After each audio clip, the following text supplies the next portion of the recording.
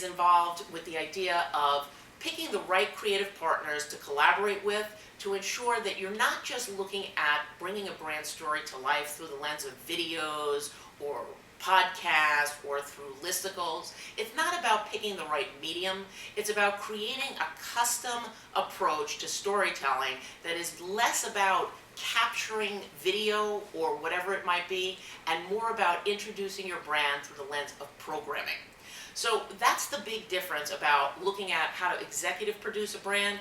It's about really entertaining, informing, and delighting an audience, and all of those attributes come to life through this phase of production. The second phase of production is about translating the critical content ideas and the critical components of the brand narrative into producing the right vehicle. So once you've analyzed in step one the story you want to tell and looked at all of your options that you might be able to use to bring this story to life, step two is really connecting how you're going to translate your story and actually put it into a vehicle that brings about what you're trying to do.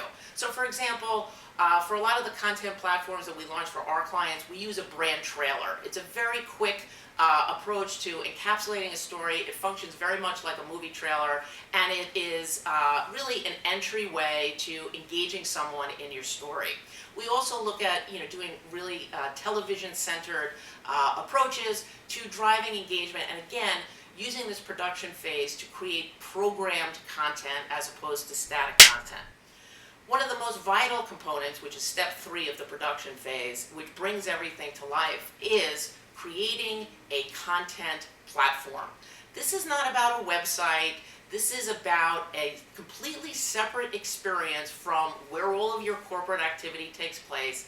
It's a destination which is not overly branded, but aims to achieve a specific mission and inform and entertain people around a specific idea. We are working with a major professional services firm in this realm to, for example, introduce the idea of purposeful business, explaining why it's not a compartmentalized function anymore and why it's something, no matter who you are, in your personal as well as professional life, it's something that you should appreciate and be aware of. We've done this through a variety of different components that range from television concept programming to listicles to sidebar content that could be snackable and shared. Once you've created your core programming, your trailers, your major flagship shows, if you will, you're going to want to create ancillary content vehicles that are shareable and drive engagement over and over again.